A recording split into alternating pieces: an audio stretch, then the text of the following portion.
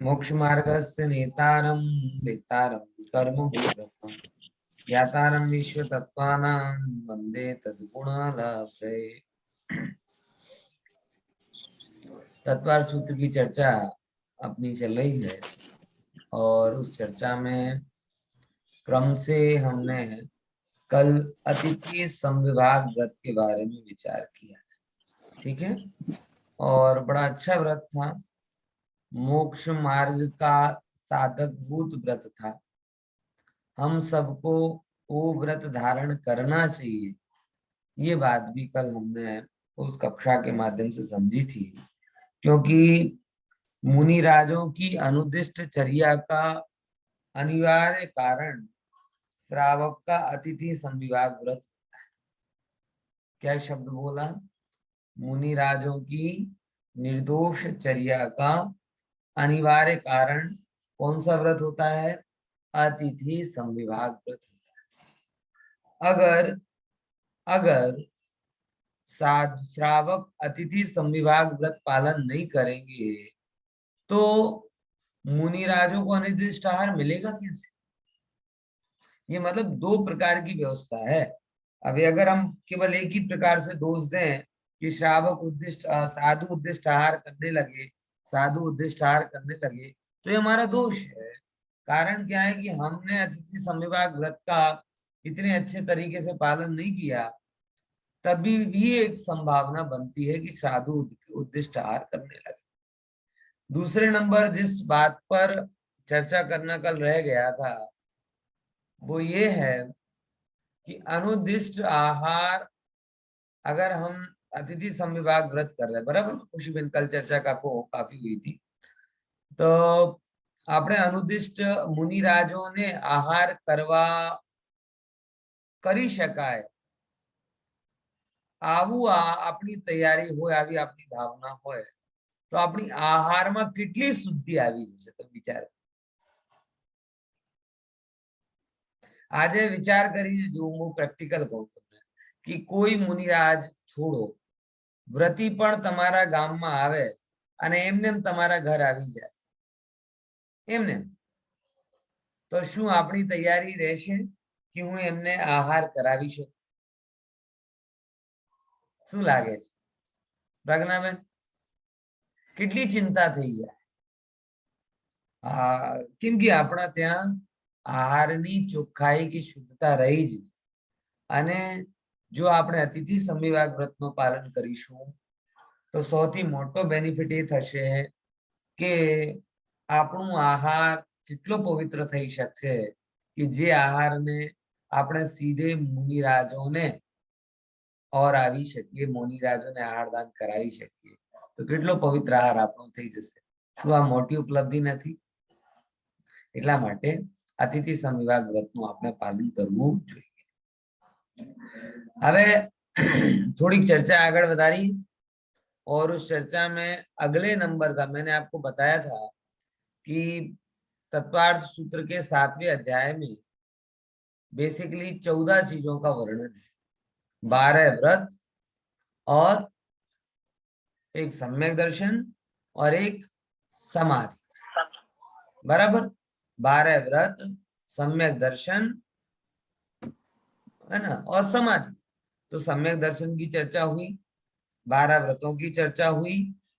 अब किसकी चर्चा करते हैं? वहां पर समाधि की चर्चा करते हैं कि जो जीव समाधि लेना चाहता है, थोड़ी चर्चा तो अपन ने की, वो उसके कौन कौन से अधिचार होते हैं कि अगर आपको समाधि मरण आप करने जा रहे हो तो समाधि मरण में क्या क्या अधिचार होते हैं। पहले नंबर, समाधि संलेखना सामायिक संतारा, ये क्या कहलाता है? थोड़ा आप बताएंगे कोई भी? समाधि मरण संलेखना संतारा ये अपन ने काफी चर्चा में लिया, ये क्या होता है कि एतन भाई?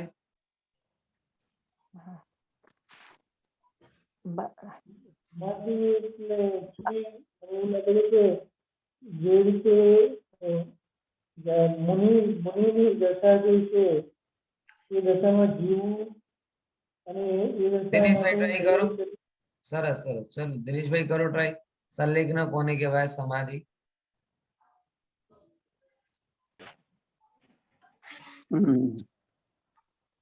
है આપણે ઘણી ચર્ચા પોતાના કરી। સ્વરૂપમાં રહીને દેહનો ત્યાગ કરવો। સારી વાત કહેવાય, બહુ સરસ। ચલો બીજું કોણ કહે છે? સંધ્યા ભાભી, પારોલબેન, નેતલબેન, મીનાબેન, પ્રજ્ઞાબેન, કોઈ પણ? મન વચન કાયથી સલેખના પૂર્વક દેહ છોડવાનું। એક સિમ્પલ વસ્તુ તમને કહું, સમાધિના બે પ્રોસ્પેક્ટ હોય છે। એક સમતાપૂર્વક જીવવું અને જ્યારે દેહનો ત્યાગ અનિવાર્ય થઈ જાય ત્યારે સમતાપૂર્વક દેહ છોડવું। ख्याल में आवे छे? कौन कौन सी दो बातें? एक तो समता पूर्वक जीना, और समता पूर्वक जीना पॉसिबल नहीं हो, मतलब जीना ही पॉसिबल नहीं हो तो व्रत भंग किए बिना अपनी देह को छोड़ने की जो वैज्ञानिक पद्धति है उसका नाम समाधि। ठीक है, बराबर ख्याल में आ रहा कि नहीं आ रहा? अब जरा थोड़ा सा विचार करते हैं। वैसे मैंने पहले आपको काफी चर्चा में लिया था कि संलेखना क्या है। लोग संलेखना मतलब मरण को समझते हैं, जबकि संलेखना मरण नहीं है। संलेखना तो जीवन को शांतिपूर्वक जीने की पद्धति का नाम है। बहुत सारे लोग संलेखना को अलग अलग रूप में समझते हैं, संलेखना वैसी नहीं। तो एक जब सब प्रकार से इस मृत्यु को अनिवार्य जान लिया जाए, मरण का निवारण शक्य ना हो, तब वो जीव क्रमशः संलेखना का दूसरा चरण यानी समता पूर्वक मरने की तरफ जाता है। संलेखना का पहला चरण क्या है? समता पूर्वक जीना, और दूसरा चरण क्या है? समता पूर्वक देह को छोड़ना। पहले नंबर तो समता पूर्वक जीने का अभ्यास करता है, और जब वह समता पूर्वक नहीं जी पाता तो समाधि पूर्वक देह छोड़ने का अभ्यास करता है। बराबर? और उस अभ्यास को ही हम समाधि मरण कहते हैं। अब सेकंड नंबर की स्टेज के अतिचार बता रहे हैं यहाँ पे कि जब वह विधिवत रूप से देह को छोड़ने की तैयारी कर रहा है, उस समय उसके जीवन में क्या क्या दोष होते हैं, देखो बताते हैं। जीवित मरणा संशा, बोलो। जीवित मरणा संशा, मित्रानुराग, मित्रानुराग, सुखानुबंध निदानानि, सुखानुबंधानि। फिर से, जीवित मरणा संशा, मित्रानुराग, सुखानुबंध निदानानि। जीवित मरणा मित्रानुराग, सुखानुबंध निदानानि। बहुत सरस। 5 भेद कहे समय संलेखना के अतिचार। सबसे पहले क्या बोला? जीविताशंसा। समाधि ले ली है, लेकिन ये भय पड़ा है कि मर ना जाऊं, ज्यादा से ज्यादा जीऊं। देखो, समाधि लेने वाले को जीने की इच्छा भी नहीं होती और मरने का भय भी नहीं होता। उल्टा, मरने की भी इच्छा नहीं होती और जीवन से भी भय नहीं होता। ये चारों बातें उसके अंदर में घटित। कारण है कि उसने तत्व को और वस्तु को इतनी गहराई से समझ लिया है। ये लगभग बिल्कुल वैसा ही है जैसा अक्सर मेरे साथ में कंपटीशन एग्जाम में हुआ करता था। कभी भी जैसे मैं कंपटीशन एग्जाम दूं, अब आईएएस लेवल की तैयारी करने के बाद में नॉर्मल एग्जाम तो बहुत सरल लगते थे, और 2 घंटे का टाइम हो तो 2 घंटे के टाइम में लगभग मैं 1 घंटा आराम करता, क्योंकि 1 घंटे में वो सारे क्वेश्चन पूरे हो जाते। अब 1 घंटा अपन पूरे क्वेश्चन कर लिए। अब 1 घंटे करने के बाद में 1 घंटा अब कैसे बैठो, पेन रख दिया, ज्यादा छेड़छाड़ करने जाएंगे तो माइनस मार्किंग का डर रहता है, तो 1 घंटे आराम से बस यूं बैठे रहे। अब ये बैठकर क्या करना कि भाई अपने को नियम भी पता है कि 2 घंटे से पहले एग्जामिनर कॉपी ले नहीं सकता, लेकिन अगर उसे लेने की इच्छा हो तो हमें कोई प्रॉब्लम नहीं। हमने तो अपना काम पूरा करके रख दिया। तुझे लेना हो तो वेरी गुड, नहीं लेना है तो कोई बात नहीं, शांति से बैठे। आकुलता भी नहीं, क्योंकि जिस समय स्टार्ट किया था उसी समय मुझे पता था कि 2 घंटे से पहले तो छूटने वाले नहीं। दोनों बातें होती ना। आकुलता कब हो? कि जब आपका समय पूरा हो रहा हो और पेपर बाकी। समय पूरा हो जाए और पेपर बाकी हो तो निश्चित रूप से आकुलता हो। लेकिन समय पेपर पूरा हो जाए, समय बाकी हो तो कोई आकुलता नहीं। तब लेना हो तो ले लो, नहीं लेना हो तो बैठे हैं शांति से, क्योंकि हमें तो पता ही है ना, नियमावली में लिखा हुआ रहता है ना कि 2 घंटे से पहले किसी को पेपर हॉल छोड़ के जाना है कि नहीं। ये बात समझ। समाधि मरण करने वाला जीव भी ऐसे, उसे इस मनुष्य पर्याय में जो काम करना था उसने पूरा कर ली और वो मनुष्य पर्याय के प्रति निर्मोही हो। उसे ये पता है कि जिस पर्याय का जितना समय है उतना तो लगेगा ही, उससे पहले वो पर्याय छूटने वाली नहीं। लेकिन उसे इस बात का भय नहीं है कि कल के दिन मरण हो जाएगा तो क्या होगा, ये थोड़ा समय और मिल जाता, 2 मिनट 5 मिनट, ऐसा भय उसके लिए होता है। वो तो अपना पेपर कंप्लीट करके हाथ पे हाथ रखकर बैठा है, मरना हो तो मर जाए, जीना हो तो जिए, हमें जो काम करना था वो हम पूरा कर चुके हैं। लाखों वर्षों तक जीवू या मृत्यु आज ही आज। इसलिए जीने की इच्छा होना वो भी समाधि का दोष है। और घबराकर, तकलीफ बहुत हो रही है रोग की, और ये इच्छा रखो कि हे भगवान अब तो मरण हो जाए तो ठीक, मर जाए तो ठीक, तो मरण की इच्छा होना भी समाधि का दोष है। जीवित आशंसा, क्योंकि एक में लोभ मुख्य कया हो रहा है और एक में भय, दुख सहा नहीं जा रहा, शोक मुख्य हो रहा है। तो ना लोभ के कारण देह को एक्सटेंड करने का सोचता है मनुष्य पर्याय, और ना भय के कारण, शोक के कारण, तकलीफ के कारण उसे मिनिमाइज करने की सोचता है, उसका घात करने का सोचता है। दोनों चीजों में उसे कोई भी इच्छा नहीं। वो तो अपना एग्जाम पूरा कर रहा है, उसे पता है कि आयु कर्म का जितना समय है उतना ही भोगना पड़ेगा। मैं बचने की कोशिश करूंगा तो बचूंगा नहीं, मरने की कोशिश करूंगा तो मरूंगा नहीं। एक क्षण भी कम ज्यादा हो सकता नहीं, होता नहीं, होगा नहीं। बोलो, विचार करके समझ में आया? इसीलिए दोनों को यहाँ दोष के रूप में गिना है। कौन सी दो चीजों को? कि किस किस को दो चीजों के रूप में गिना? कि अगर आपके जीने की इच्छा है तो वो भी समाधि का दोष है, और अगर आपको मरने का भय है तो वो भी समाधि का दोष है। ज्ञानी जीव ना तो जीने की इच्छा रखता है और ना ही मरने का भय। ये समझ। पेपर पूरा हो गया, तुझे आज लेना है तो आज देने तैयार है, आधे घंटे बाद लेना है तो आधे घंटे देने बाद तैयार है, क्या दिक्कत? बात समझ में? इसीलिए यहाँ पे बात कही है, ठीक है ना। तो जीवित संशा मतलब संलेखना करके जीवित रहने की इच्छा, वो अतिचार। पैरेलल मरणाशंसा मतलब मरने की इच्छा रखना, रोग आदि से घबरा जाना। और बार बार आप देखो, ऐसे बहुत बढ़िया शरीर हो लेकिन आत्मबल से कमजोर व्यक्ति हो ना, जरा सी तकलीफ आती है, हे भगवान अब तो उठा ले। अरे भगवान क्यों उठा ले? उसका यही काम है तुम्हें उठाए और पटके और उठाए। जन्म दे तो तुमने, भगवान ने नीचे पहुंचा दिया, भगवान की इच्छा से आ गए। मरण हो जाए तो भगवान उठा लेगा। भगवान का यही काम है ना, कि लोगों को जमीन में पटकना और उससे उठाना। नहीं, मरने की इच्छा नहीं कर, आत्मबल मजबूत करो। मैं तो सच बता रहा हूँ, बहुत प्रैक्टिकल बात करता हूँ मैं तो। आप लोग इस बात को बिल्कुल गांठ बांध लें कि जैसे अगर कभी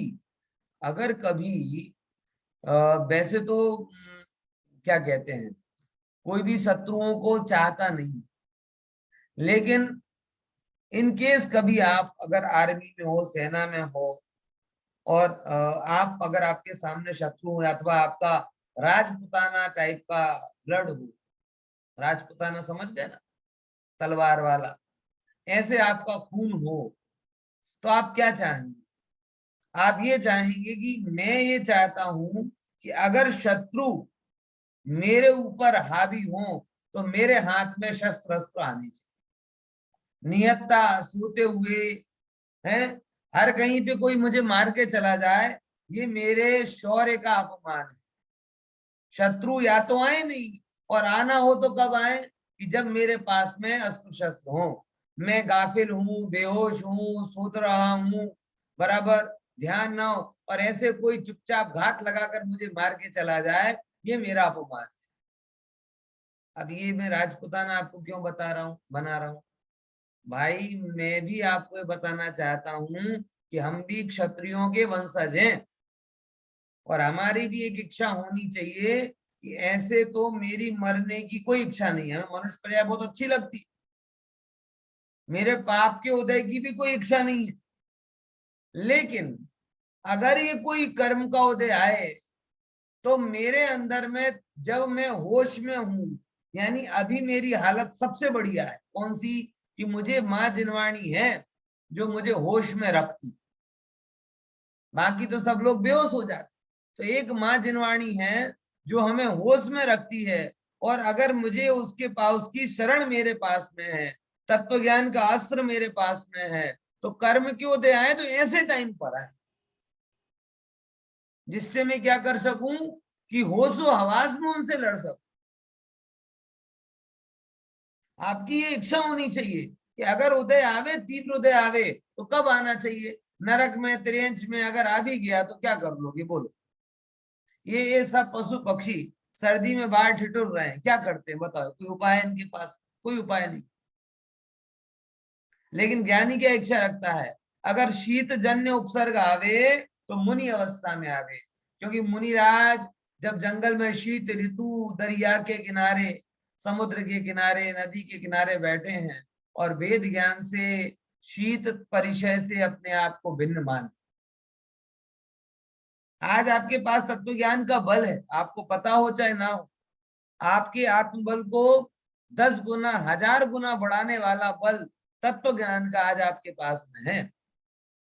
जिसने थोड़ी बहुत भी जिनवाणी को सुना है, वो संसार में विपत्तियों और आपत्तियों का कई बेहतर ढंग से सामना कर सकता है बनिस्पत जिस जीव के पास में तत्व ज्ञान का बल नहीं। मैं कई बार कहता हूं, पहले तो मजाक में कहता था, लेकिन अब बहुत गंभीरता के साथ में बात को कहता हूं, कि 56 इंच का सीना बिना तत्व ज्ञान के बिना नहीं।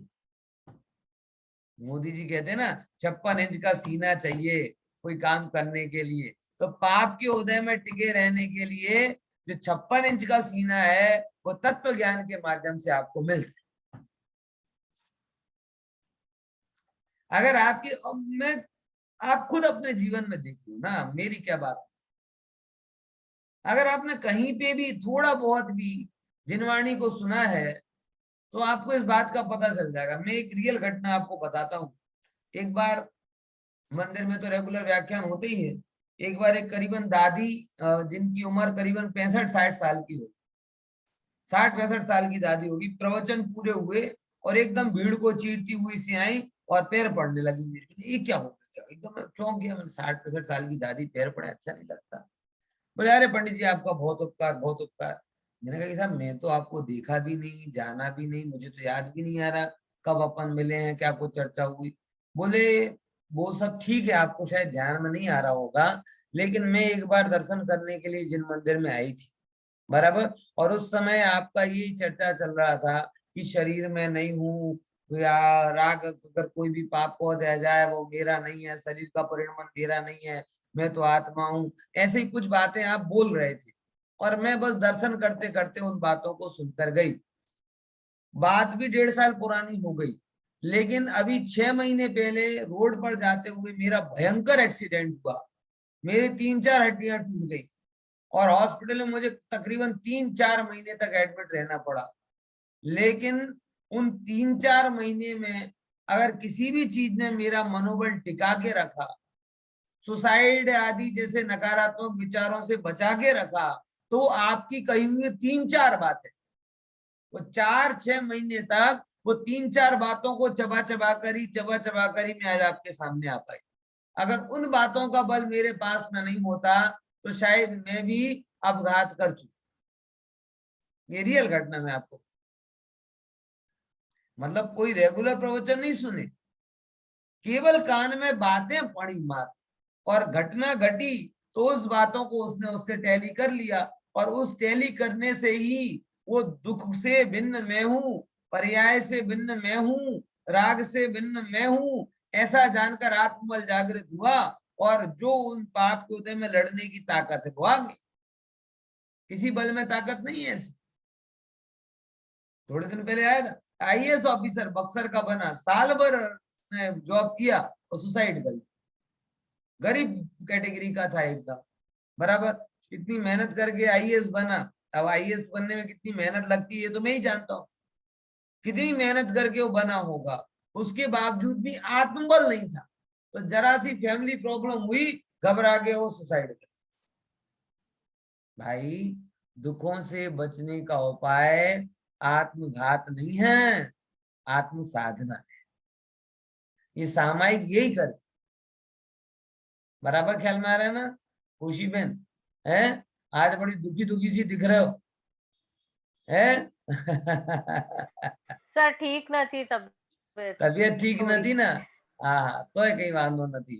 એ જ્યાં રોગ છે ત્યાં હું નથી, જ્યાં હું છું ત્યાં રોગ નથી। આ મંત્રનો જાપ કરો, મહામંત્ર છે। કયો મંત્ર? બોલો બોલો બોલો, એક વાર તો ચેન્ટિંગ કરો। જ્યાં રોગ છે ત્યાં હું નથી, જ્યાં રોગ છે ત્યાં હું નથી, અને જ્યાં હું છું જ્યાં હું છું ત્યાં રોગ આવી શકતો નથી। અદ્ભુત છે ભાઈ જીવાણી, આ વસ્તુ ખરેખર સમજવાની। લોકો એમ કે ભક્તાંબર ભણીને રોગ દૂર કરે, નમોકાર મંત્ર કરીને રોગ દૂર કરે, આવું નહીં કરવું। આ ભેદ જ્ઞાન મહામંત્ર છે, એનો ભૂલન કરો, बराबर। तो रोग आदि के कष्ट से घबराकर जल्दी मरने की इच्छा, ये भी संलेखना वृत्त का अतिचार है। आगे देखो, मित्रानुराग। अब ये भी बड़ा गजब है। मरण सैया पर है, ऐसा मनोवैज्ञानिक कहते हैं, मुझे तो पता नहीं है, मरने के पहले उसका एक्सपीरियंस भी नहीं होगा, लेकिन मनोवैज्ञानिक कहते हैं कि मरण के पहले लास्ट के हाफ आवर में, 1 आवर्स में आपकी पूरी लाइफ का क्या चलता है, एक फ्लैशबैक जैसा चलता है। ऐसा मैंने कहीं आर्टिकल्स वगैरह में पढ़ा है, आप लोगों ने पढ़ा कहीं पर ऐसा, कि वो एक प्रकार का आपका पूरे जीवन का रिकैप होता है। आई डोंट नो क्या होता है क्या नहीं होता, लेकिन ये बात तय है कि इस बात के होने में कोई बड़ा आश्चर्य नहीं।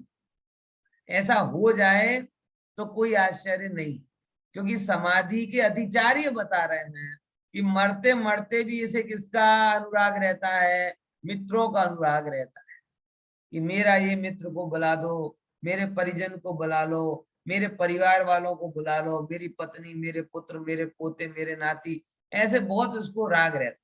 और शायद इसी के कारण ये भारतीय संस्कृति, ये परंपरा चली कि आखिरी बार मिल लेना, ये परंपरा चल दी ना, इसमें अपने राग के पोषण की तो बात है ही है, साथ ही साथ एक विकल्प ये भी होगा कि जिस किसी भी जीव की समाधि हो रही है, वो हमारे वियोग के कारण अगर उसकी समाधि बिगड़ रही हो, तो कम से कम वो इस माध्यम से मिलकर वो निर्भर हो, उसकी समाधि नहीं बिगड़नी।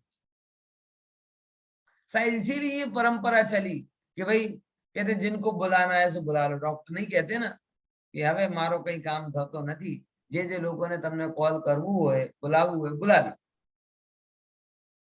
है।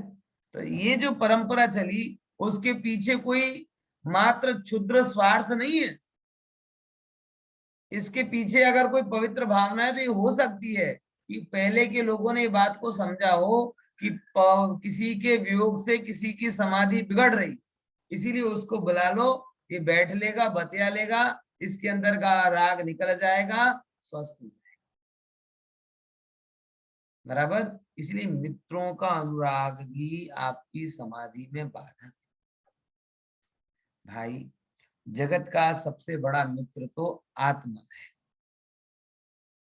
जगत में सबसे बड़ा मित्र कौन है बताओ? आत्मा ही है ना। मित्र का काम क्या है? मित्र का काम ये थोड़ी है कि ग्रुप में जो चुटकुले छोड़ता जाए। मित्र का काम ये है कि जो आपको पापों से, विषयों से, विकारों से बचाए, सन्मार्ग में लाए, कुमार्ग से हटाए। तो कौन करता है ये काम? आपके मित्र। अभी तो मेरा मित्रता का अनुभव ऐसा कहता है कि ज्यादातर मित्र सन्मार्ग से हटाकर कुमार्ग में लगाने वाले होते कि नहीं होते हैं? कुमार्ग से हटाकर सुमार्ग में लाए, ऐसे मित्र तो भाग्य से प्राप्त होते हैं, गिनती के एक दो। समझे कि नहीं समझे? इसीलिए सच्चा मित्र आत्मा का आत्मा ही।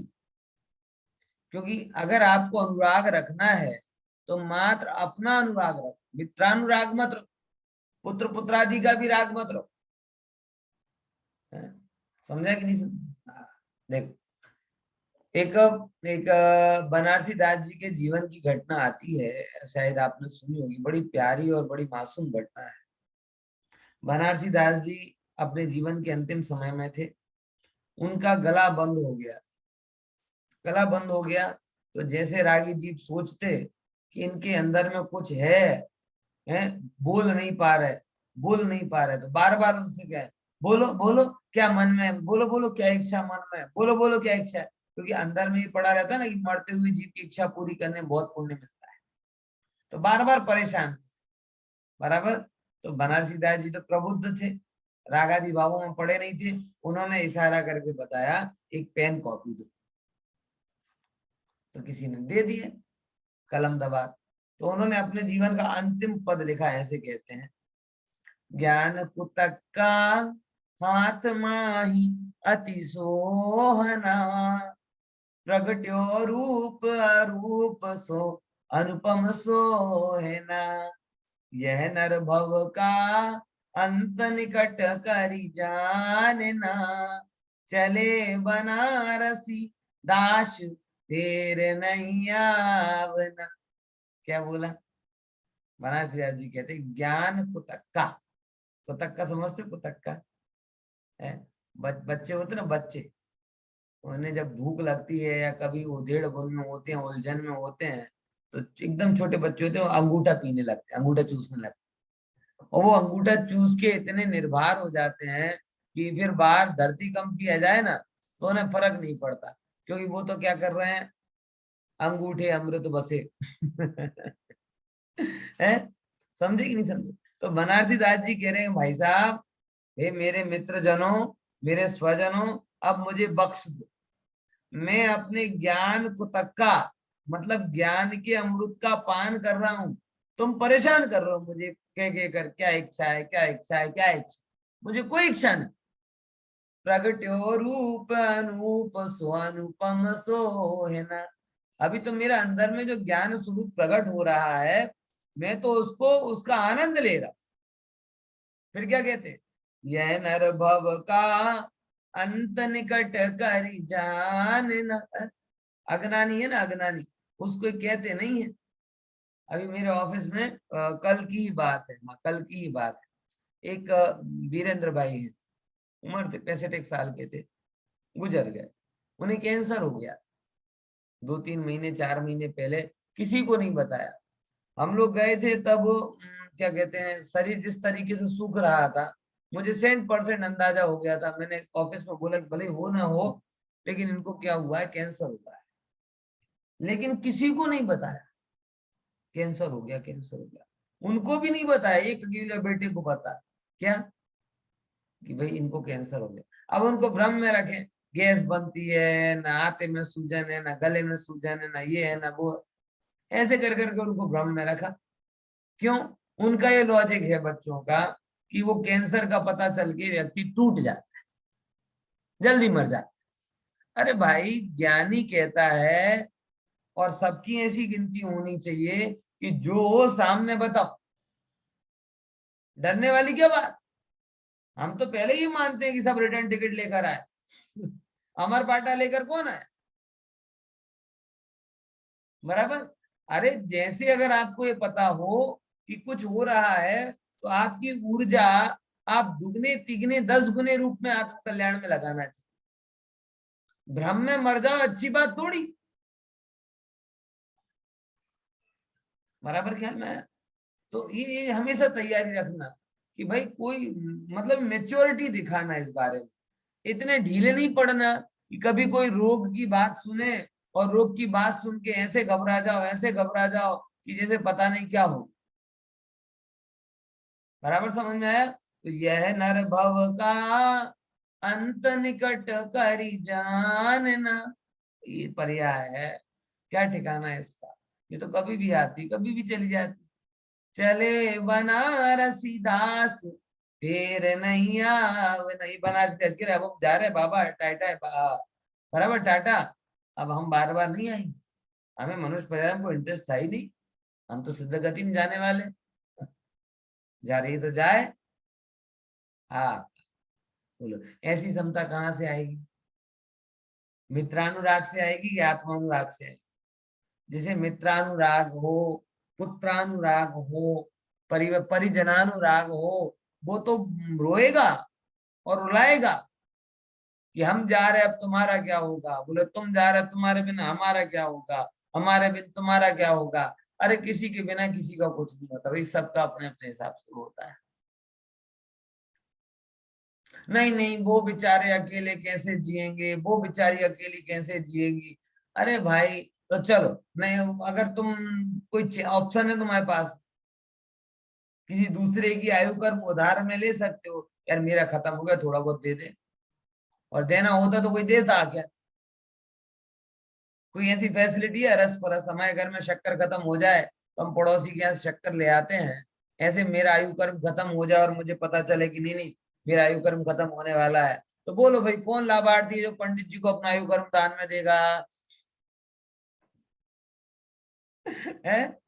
हाँ। और अगर किसी की इच्छा हो जाए तो लेने की कोई व्यवस्था है क्या?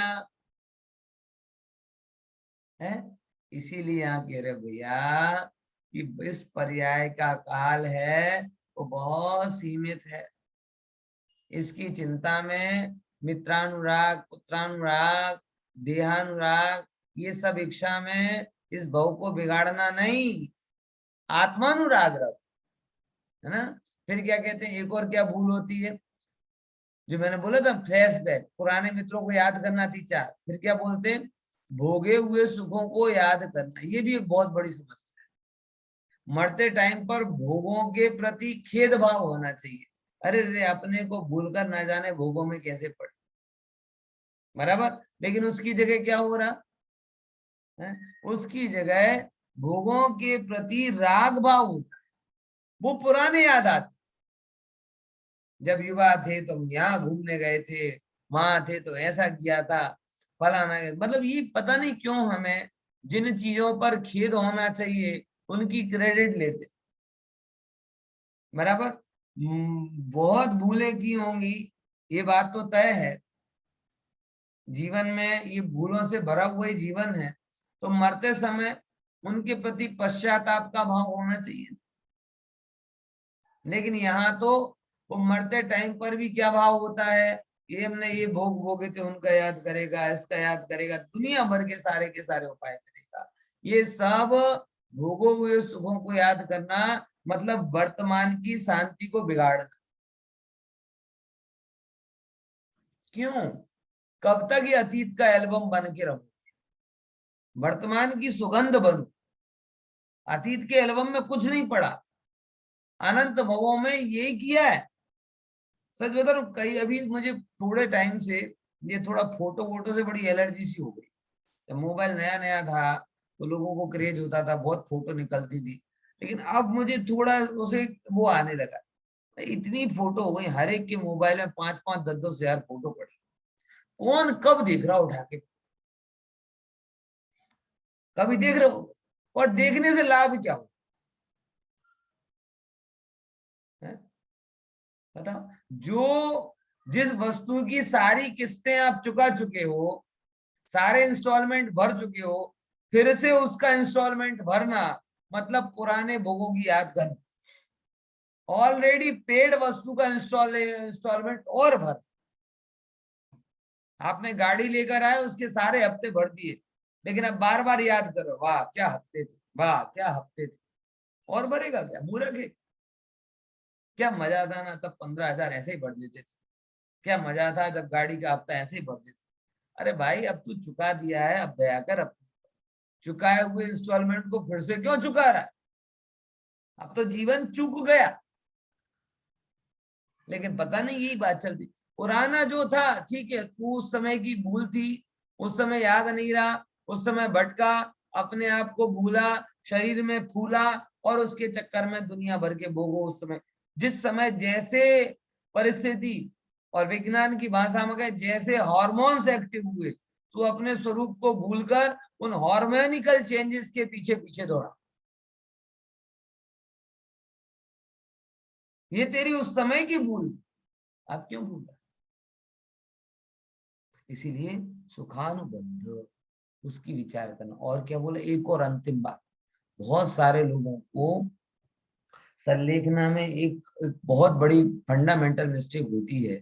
उनको क्या लगता है कि देखो ऐसे मर गए तो नरक निगोद में चले जाएंगे, और अगर समाधि मरण कर लिया तो कम से कम अगला भाव तो सुधर जाए। क्यों? क्योंकि ऐसा सुना है कि जो समाधि मरण को पाता है वो कम से कम नरक में नहीं जाता, मिनिमम क्या हो रही है, देव गति तो से मिलती मिलती है। तो उसे लगा ये बहुत अच्छा काम है, 100 साल के जीवन में 99 साल 365 दिन 360 दिन पाप में निकालो, और लास्ट के 5 दिन भूखे रह जाओ, और 5 दिन में क्या करो, फिर से देवागति बांध लो। तो 5 दिन का संयम, और मिनिमम 10,000, और फिर मैक्सिमम तो ना जाने कितने कितने हजारों हजारों वर्षों की सुख की कामना कर लेना। ये मूर्खता नहीं तो क्या है? पर भव के अच्छा करने के लिए संलेखना नहीं ली जाती, सदगति प्राप्त करने के लिए संलेखना नहीं ली जाती, गति का अभाव करने के लिए संलेखना ली जाती। परभव को अच्छा करने के लिए संलेखना नहीं ली जाती, परभव का अभाव करने के लिए संलेखना। निदान के लिए समस्या वो संलेखना नहीं ली जाती। निदान समझ रहे हैं ना? निदान क्या होता है कि मुझे ये मिले, मुझे ये मिले, मुझे ये मिले। ये तो बड़ी बड़ी गजब बात हुई। फटा टूटा जो भी नोट, कई बार होता है ना, मंदिर का भंडारा चलता है, भंडारा खुलता है, तो जो नोट कहीं नहीं चलते ना, वो कहाँ निकलते हैं? भंडारे में निकलते। 10 जगह से टैप लगा हुआ हो, खोटा सिक्का कहीं नहीं चलेगा, मंदिर के भंडारे में चल जाए। ऐसे ही लोग ये अपने शरीर को भी खोटा सिक्का सा समझते। बोले जब ये शरीर अन्य काम में के लायक था तब तो अन्य काम किए, धन कमाने के लायक था तो धन कमाया, भोग कमाने के भोग भोगने के लायक था तो भोग घूमे घूमने। और लोग तो कहते भी ना, अत्यारे हाथ पग चाले छे तो शू करी लो, हरी लो फरी लो પછી શું ઠીકાનું, અત્યારે કોઈ બાંધગી નથી તો જે ખાવું હોય ખાઈ લો પછી શું ઠીકાનું। એટલે એ લોકોની શું તૈયારી બતાવે कि જ્યાં સુધી શરીર બરાબર રહેશે ત્યાં સુધી તો ભોગોમાં જ हरवा फरवा माज रहवानुं छे। ये सब चीजें छोड़ना कब है? बोले जब तक ये चीजें मतलब शरीर मना ना करे तब तक भोग। और वो छोड़कर भी क्या इच्छा रखना है कि अगले जन्म में, अगले जन्म मोहे बिटिया ना कीजो, ऐसा होता है ना।